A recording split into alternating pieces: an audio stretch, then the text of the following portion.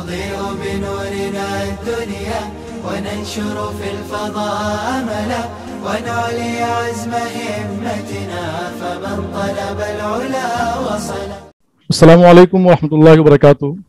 ناظرین کرام، بصیرت آن لائن کے خاص پروگرام گفتگو میں آپ سبوں کا استقبال ہے. میں ہوں آپ کا میزبان غفران ساجد قاسمی. آج ہم جس موضوع پر بات کرنے جا رہے ہیں وہ اس وقت کا بہت ہی حساس اور سنجیدہ موضوع ہے. ہمارا آج کا موضوع ہے عصری تعلیم اور دینی مدارس، چیلنجز، امکانات اور تقاضے. ناظرین کرام، جیسا کہ آپ حضرات جانتے ہیں کہ مدارس اسلامیہ مسلمانوں کے لیے پاور ہاؤس کا کام انجام دیتے ہیں. یعنی ایک ایسا مرکز ہے جہاں سے مسلمانوں کو دینی، شرعی، ملی، سماجی رہنمائی حاصل ہوتی ہے. ہندوستان میں مدارس اسلامیہ کے قیام کے مقاصد سے واقف ہر شخص بخوبی جانتا ہے کہ ہندوستان میں مدارس کی بنیاد ایسے وقت میں رکھی گئی تھی جبکہ مسلمان کے دین و شریعت پر حملہ کیا جا رہا تھا اور انہیں صرف نام کا مسلمان بنانے کی سازش چل رہی تھی. ایسے وقت میں حجت الاسلام حضرت مولانا محمد قاسم نانوتوی رحمۃ اللہ علیہ نے دارالعلوم کی بنیاد رکھی، جس کا مقصد ہی یہ تھا کہ یہ دارالعلوم مسلمانوں کے دین و ایمان اور ان کے شریعت کی حفاظت کی چھاونی کا کام کرے. پھر دنیا نے دیکھا کہ اسی دارالعلوم سے اٹھنے والی تحریکوں نے پورے ملک میں ایسا انقلاب برپا کیا کہ جگہ جگہ مدارس و مکاتب قائم ہونے لگے، مسلمان دینی علوم کے حصول کی طرف متوجہ ہونے لگے اور پھر انہی مدرسوں سے پڑھے ہوئے علماء کرام نے ملک سے انگریزوں کو بھگانے کا کام کیا. ناظرین کرام، اس وقت جو مدارس میں پڑھانے کے لیے نصاب تعلیم کا خاکہ تیار کیا گیا تھا اس وقت کی ضرورت تھی، لیکن موجودہ وقت اور حالات بالکل بدل چکے ہیں. تقریباً 1.5 صدی گزر جانے کے باوجود بھی ہم نے کبھی اس جانب سنجیدگی کے ساتھ توجہ نہیں کیا. کبھی ہم نے اپنے نصاب تعلیم اور نظام تعلیم کا سنجیدگی سے جائزہ نہیں لیا کہ وقت اور حالات کے اعتبار سے نصاب اور نظام میں کیا تبدیلی ہونی چاہیے. ہاں، کچھ ارباب مدارس نے اپنے اپنے طور پر کچھ تبدیلیاں ضرور کی، لیکن وہ تبدیلیاں ملک کے مدارس کو متاثر نہیں کر پائے. لیکن اب جب کہ حکومت نے مدارس میں مداخلت کرنا شروع کیا تو اب اچانک سے نصاب تعلیم اور نظام تعلیم میں تبدیلی کی بازگشت شروع ہو گئی. ناظرین کرام، آج کے اپنے اس خاص پروگرام گفتگو میں ہم اسی موضوع پر بات کریں گے اور ماہرین تعلیم سے یہ جاننے کی کوشش کریں گے کہ کیا واقعی مدارس کے نصاب تعلیم میں تبدیلی کی ضرورت ہے، اور اگر ضرورت ہے تو پھر اس کا ڈھانچہ کیا ہونا چاہیے، اس کی شکل و صورت کیا ہونی چاہیے. کیا نصاب تعلیم میں تبدیلی علماء کرام کی کھیپ تیار کرنے میں مانے تو نہیں ہوگی؟ تو آئیے انہی سارے سوالات کا جواب جاننے کے لیے ہم اپنے مہمانان کرام کی طرف متوجہ ہوتے ہیں. ناظرین کرام، آج کے ہمارے اس پروگرام میں شرکت کرنے والوں میں ملک کے معروف عالم دین اور جامعہ اسلامیہ اشاعت العلوم عقل کنواں کے ناظم حضرت مولانا حذیفہ بستانوی صاحب، اسی طریقے سے خانوادہ قاسمی کے چشم چراغ اور جواں سال نائب محتیم دارالعلوم وقف دیوبند حضرت مولانا ڈاکٹر شکیب قاسمی صاحب، اور ہمارے بہت ہی خاص مہمان عصری تعلیم کے ماہر جناب ڈاکٹر شعیب رضا خان صاحب، جو کہ اسسٹنٹ ڈائریکٹر ہیں NIOS کے. تو آج ہم اپنے اس خاص پروگرام میں اپنے ان مہمانان کرام کا استقبال کرتے ہیں دل کی گہرائیوں سے اور ان کا شکریہ ادا کرتے ہیں کہ انہوں نے اپنا قیمتی وقت دیا. میں ناظرین کرام کو بتاتا چلوں کہ حضرت مولانا انیس الرحمن قاسمی صاحب، جو کہ بہار امارت شریعہ کے سابق نائب ناظم ہیں، وہ بھی ہمارے ساتھ انشاءاللہ تعالی جڑ جائیں گے. ابھی جڑ رہے تھے لیکن کسی وجہ سے وہ لیفٹ ہو گئے، تو وہ بھی جڑ جائیں گے ہمارے ساتھ.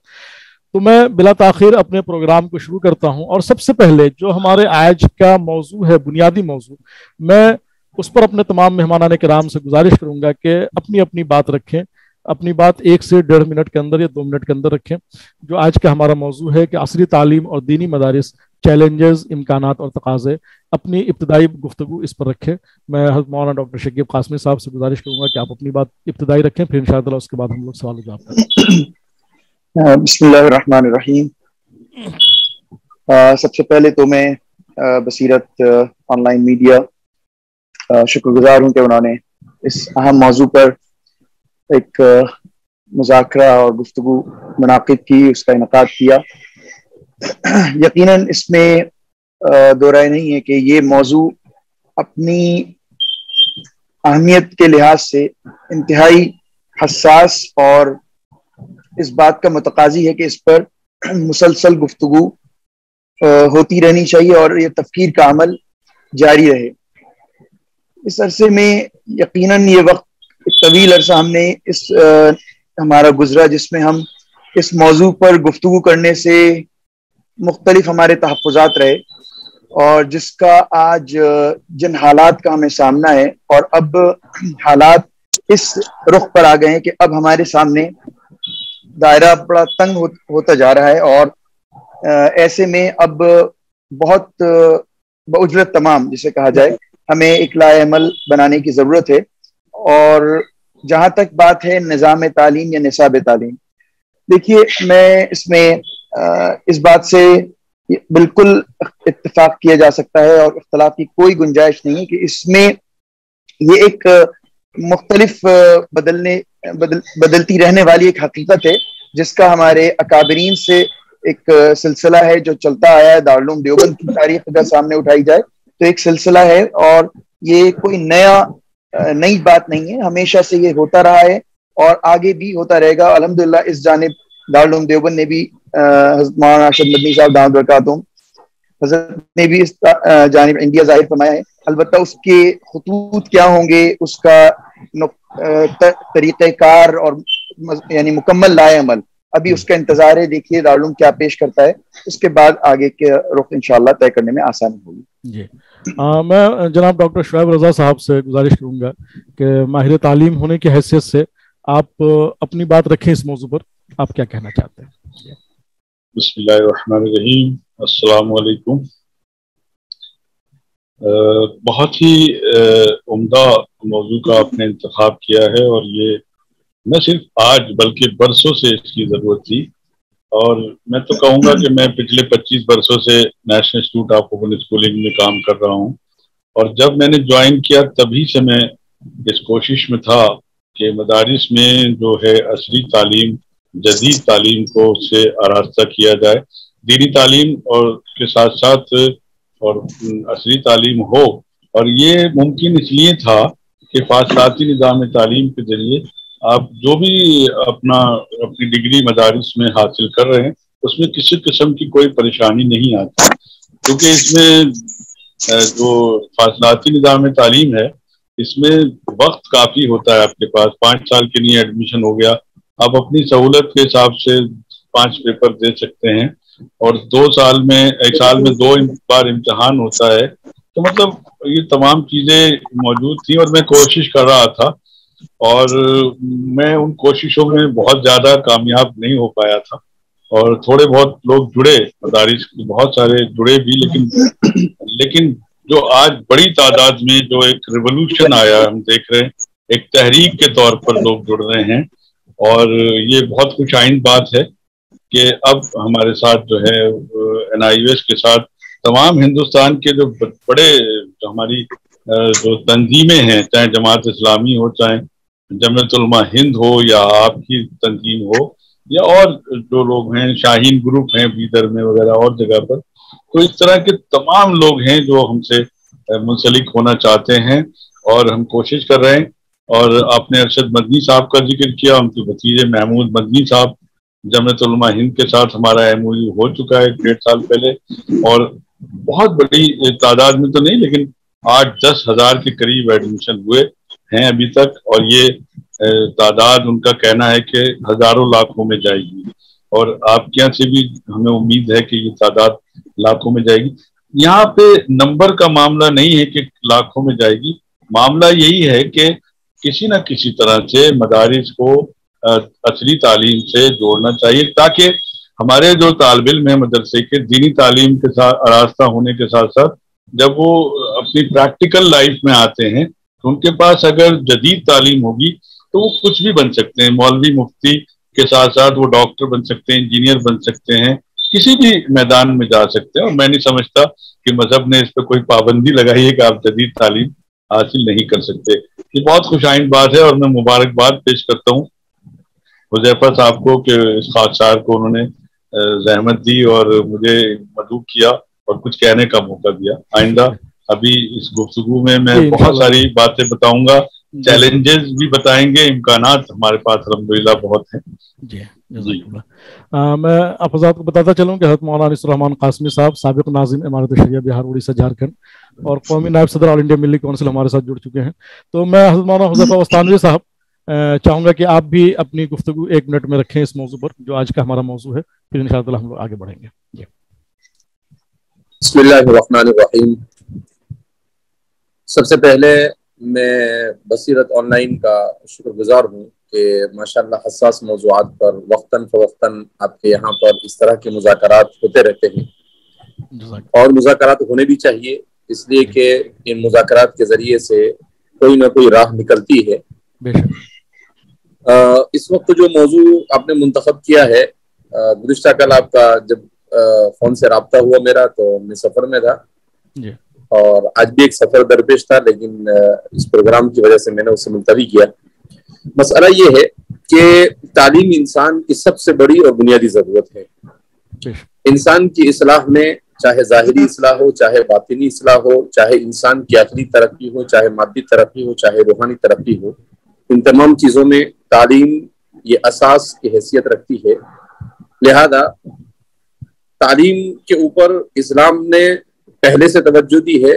میں اسے جوڑتا ہوں سیدنا حضرت آدم علیہ الصلاۃ والسلام سے کہ آدم علیہ الصلاۃ والسلام کے بارے میں قرآن نے کہا وعلم آدم الاسماء کلھا، کہ اللہ نے آدم علیہ السلام کو کھانے پینے کا انتظام بعد میں کیا اور انہیں علم پہلے سکھایا. تو کھانے پینے سے زیادہ بڑی ضرورت تعلیم. تعلیم ایک زمانے تک انسان کی اصلاح کے لیے انسان کی خدمت کے طور پر استعمال ہوتی رہی، مگر مغربی استعمار جب وہ دنیا کے اندر میں آیا تو مغربی استعمار کے آنے کے بعد تعلیم یہ تجارت بن گئی. تعلیم کی تجارت بننے کے ساتھ ساتھ اس نے ہمارے مسلمانوں کے لیے اور دنیا کے تمام مذاہب کے ماننے والوں کے لیے بڑے چیلنجز کھڑے کیے، اس لیے کہ مغربی استعمار جو دنیا کے اندر میں پھیلا، ڈسکوری آف لینڈ، نئی دنیا کی دریافت کے نام سے، تو انہوں نے دنیا پر اپنے تسلط کو برقرار رکھنے کے لیے اور اپنے مفاد کو حاصل کرنے کے لیے تعلیم کو اور میڈیا کو سب سے بڑے ہتھیار کے طور پر استعمال کیا. اسی لیے انہوں نے جو سب سے بڑا دنیا کے ساتھ دھوکہ کیا ہے مغربی طاقتوں نے، وہ یہ ہے کہ انسان کی زندگی کے ہر شعبے سے انہوں نے دین کو دور کر دیا. اسی طرح سے تعلیم سے، سیاست سے، معاشرت سے، معیشت سے، ہر جگہ سے، جس کی وجہ سے سوائے مفاد پرستی کے اور کوئی چیز معاشرے کے اندر میں پرت نہیں سکی، یہاں تک کہ اخلاق بھی مادیت کے ساتھ جڑ گئے. اب اس وقت کی دنیا کی صورتحال یہ ہے کہ اسی سیکولر تعلیم کو دنیا میں تعلیم کہا جاتا ہے اور دین کی تعلیم کو تعلیم کے زمرے میں شامل نہیں کیا جاتا ہے، جبکہ دینی تعلیم کے بغیر انسان حقیقی معنی میں انسان بن ہی نہیں سکتا ہے. انسان کے حقیقی معنی میں انسان بننے کے لیے سب سے بنیادی ضرورت یہ ہے کہ وہ اپنے اور اپنے رب کے تعلق کے سلسلے میں جانے، وہ اپنے مخلوق کے ساتھ، اپنا ماں باپ کے ساتھ اس کا کیا رویہ، رشتہ داروں کے ساتھ کیا رویہ، پڑوسیوں کے ساتھ کیا رویہ، ان کے کیا حقوق ہے، تمام چیزیں جاننا یہ انسانی معاشرے کی سب سے بڑی ضرورت ہے. اور امن فضا اسی وقت قائم ہو سکتی ہے جبکہ اس طرح کی تعلیم ہو، اور اگر اسی تعلیم کو تعلیم کے زمرے سے خارج کیا جائے تو میں سمجھتا ہوں کہ علم اور تعلیم کے ساتھ بہت بڑا ظلم ہے. بہرحال لیکن پھر بھی جس کی لاٹھی اس کی بھینس، اس کی صورتحال ہے دنیا میں، تو اگر کوئی جہالت ہی کو تعلیم کہہ دے اور صرف پیٹ اور جیب بھرنے کے طریقے کو سیکھنے کو ہی تعلیم اگر کہہ دیا جاوے تو یہ ان کا اپنا مذہب ہے.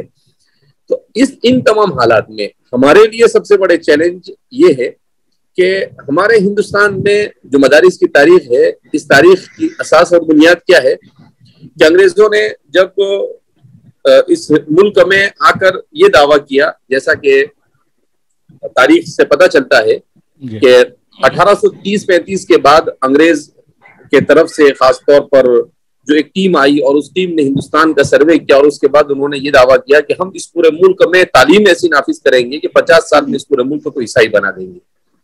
پھر اس کے بعد ہمارے مسلمانوں نے اور حجت الاسلام حضرت مولانا قاسم صاحب نانوتوی، حضرت مولانا رشید احمد گنگوہی اور ان کے رفقا نے جس تحریک کو شروع کیا، اس تحریک کا مقصد مدارس کے ذریعے سے دین اسلام کا تحفظ، اور دین اسلام کا تحفظ یہ تعلیمی کے ذریعے ہو سکتا تھا تو لوہا لوہے کو کاٹتا ہے، لہذا ہمارے یہاں پر اسی لیے جاری کیا. لیکن پھر بھی اس نصاب کو اس طور پر نہیں مرتب کیا گیا کہ وہ صرف دین کے ساتھ خالص ہو، بلکہ اس نصاب کو اگر آپ دیکھیں تو اس میں مختصر اس زمانے کے اعتبار سے ریاضی کی ضرورت تھی، وہ پڑھایا جاتا تھا، فلسفے کی ضرورت تھی، وہ ساری چیزیں پڑھائی جاتی تھی. تو اس لیے اب ہمیں بھی ضرورت اس بات کی ہے کہ ہم کس طریقے سے اپنے دینی مدارس کے مقاصد کو برقرار رکھتے ہوئے اصلی تعلیم کے ساتھ استفادہ کریں. تو انشاءاللہ اس پر تفصیل کے ساتھ آگے گفتگو کریں گے. میں مولانا انیس الرحمان قاسمی صاحب جو ہمارے ساتھ جڑ چکے ہیں، میں ان سے گزارش کروں گا کہ مختصراً 1 منٹ میں اپنی بات رکھیں کہ عصری تعلیم، جو آج کا ہمارا موضوع ہے، عصری تعلیم چیلنجز، عصری تعلیم اور دینی مدارس چیلنجز، تقاضے اور امکانات، اس پر 1 منٹ میں بات رکھیں، پھر انشاءاللہ ہم لوگ سوال و جواب کی جانب بڑھیں گے.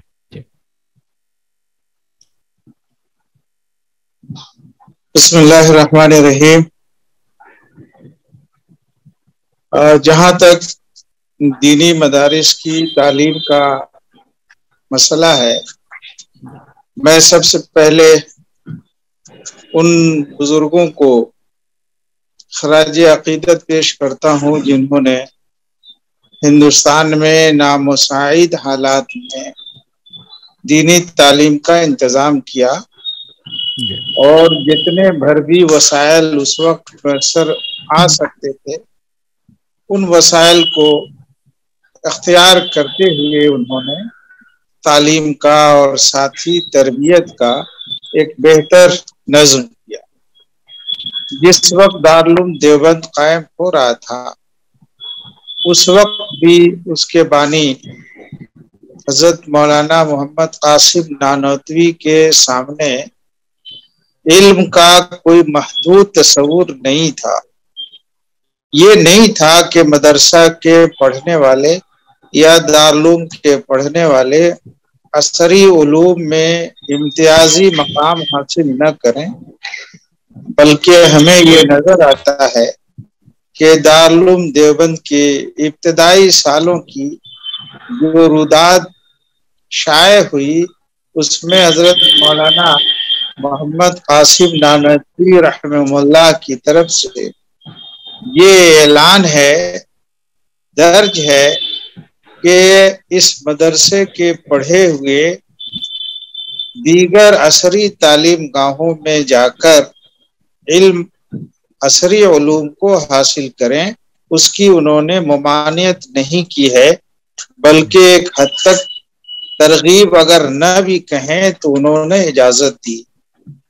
اس سے محسوس ہوتا ہے کہ ہمارے اکابر علماء کے سامنے علم کا محدود تصور نہیں تھا، اس کے بعد بھی بزرگوں کے سامنے نہیں رہا. حضرت مولانا حکیم الاسلام قاری محمد طیب صاحب رحمہ اللہ، حضرت مولانا محمد علی منگیری رحمہ اللہ، علامہ شبلی نعمانی رحمہ اللہ، حضرت مولانا ابو الحسن علی ندوی رحمہ اللہ، علامہ سید سلیمان ندوی رحمہ اللہ، مولانا مناظر حسن گیلانی وغیرہ علماء کی ایک بڑی جماعت ہے جنہوں نے علم کے محدود تصور کے بجائے اس کے جامع اور اعلیٰ تصور کو پیش کیا، اور علماء کو انفرادی طور پر بھی اور اجتماعی طور پر بھی اور مدارس کو بھی اس سلسلے میں متوجہ کیا. لیکن یہ بھی حقیقت ہے کہ ہمارے مدارس نے علم کی صرف ایک شاخ کو اپنے مدارس میں خاطر خواہ جگہ دی، دوسری ضروریات اور مبادیات علوم کو اگر داخل بھی کیا تو ان کے داخل کرنے میں انہوں نے وسعت ضرور برتی، توسع کا ثبوت دیا، لیکن اس کے لیے کوئی بہتر انتظام ہم کہہ سکتے ہیں کہ نہیں کیا.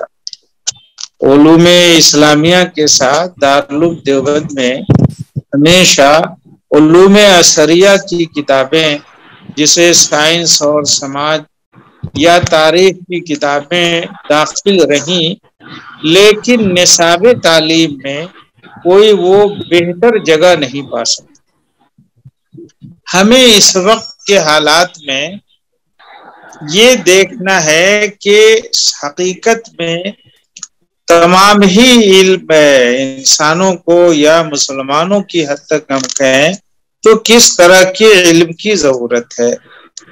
ایک بات طے ہے کہ تمام مسلمانوں کو دین کی بنیادی تعلیم حاصل کرنا فرض ہے، لیکن دوسری طرف یہ بھی ہے کہ تمام ہی مسلمانوں کو عصری علوم کی بنیادی تعلیم حاصل کرنا بھی ضروری ہے، جیسے حساب کا علم یا دیگر جو ہے علوم ہیں، چاہے آپ انہیں فرض کفایہ والے علوم میں داخل کریں یا فرض عین کی حد تک علوم میں داخل کریں۔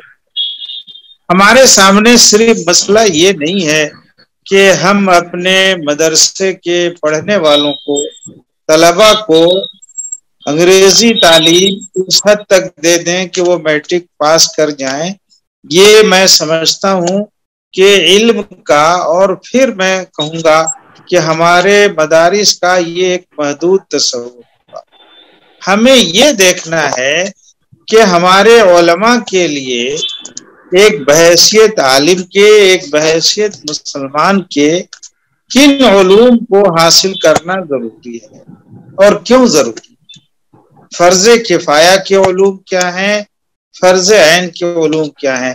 ظاہر ہے جو علوم اسلامیہ ہم حاصل کرتے ہیں وہ بھی فرض کفایہ ہی ہیں۔ فرض عین تو ابتدائی علم ہے جسے ہم ہر شخص کے لیے ضروری قرار دیتے ہیں۔ البتہ علوم اسلامیہ میں کچھ متخصصین کا وجود فرض کفایہ کی حد تک ضروری ہے۔ میں سمجھتا ہوں کہ جس طرح علوم اسلامیہ میں چاہے فقہ کی تعلیم ہو، حدیث کی تعلیم ہو، تفسیر کی ہو، علم کلام کی ہو، فرض کفایہ کی حد تک متخصصین کا ہونا ضروری ہے، اسی طرح علماء کے لیے جدید عصری علوم میں چاہے وہ حساب ہو، سائنس ہو، علوم حکمت ہو، یا حسب ضرورت طب ہو، یا علوم سائنس ہو، حساب ہو، حسب ضرورت، حسب حال ان کا علم حاصل کرنا بھی فرض کفایہ ہے۔